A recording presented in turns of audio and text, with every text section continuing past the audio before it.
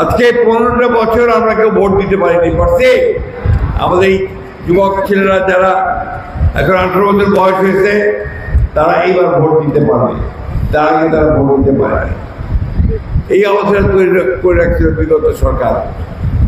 বন্ধুগণ, সেই অবস্থা থেকে আল্লাহর অশেষ রহমতে আপনাদের সকলের প্রচেষ্টায়, বিশেষ করে আমাদের ছাত্র তাদের প্রচেষ্টায় এবং জনগণের প্রচেষ্টায় আমরা 5ই আগস্ট হাসিনা দেশ ছেড়ে পালাই গেছে।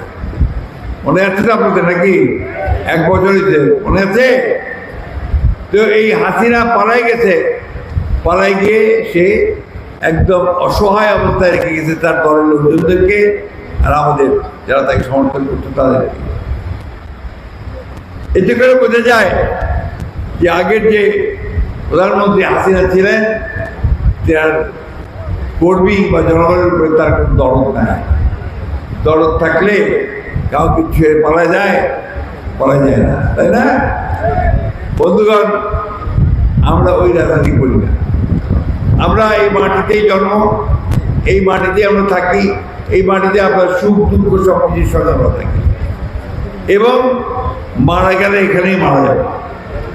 আমরা গুলি খেয়ে মরলে এখানেই পড়বো, এই দেশের মাটি ছেড়ে আমরা কখনো যাবো না। ধানের দাম এটা কত হইবে পারবে? ধানের দাম কত? কৃষক কি দামটা পাচ্ছে? দাম নাই। আলুতে এবার খুব বাইর খেয়েছে কৃষকরা, ঠিক না? আলু কোলেস্ট্রল থেকে আনতেছেন না, তাই না? ঠিক কিনা? তার মানে কৃষিকাজ করে আপনি লাভবান হতে পারতেছেন না, প্রফিট পাচ্ছেন না, ঠিক না? আমরা এটা পরিবর্তন করতে চাই। আমরা যদি বিএনপি সরকারে আসি, কৃষক যেন তার যে ধান বলেন, আলু বলেন, যেটাই উৎপাদন করবে তার জন্য যেন সে ন্যায্য দাম পায়, সেই ব্যবস্থাটা আমরা করতে চাই। ঠিক আছে কিনা বলেন? সেটাই জানতো আপনারা কে? ইনশাআল্লাহ সেই কাজটা আমরা করবো।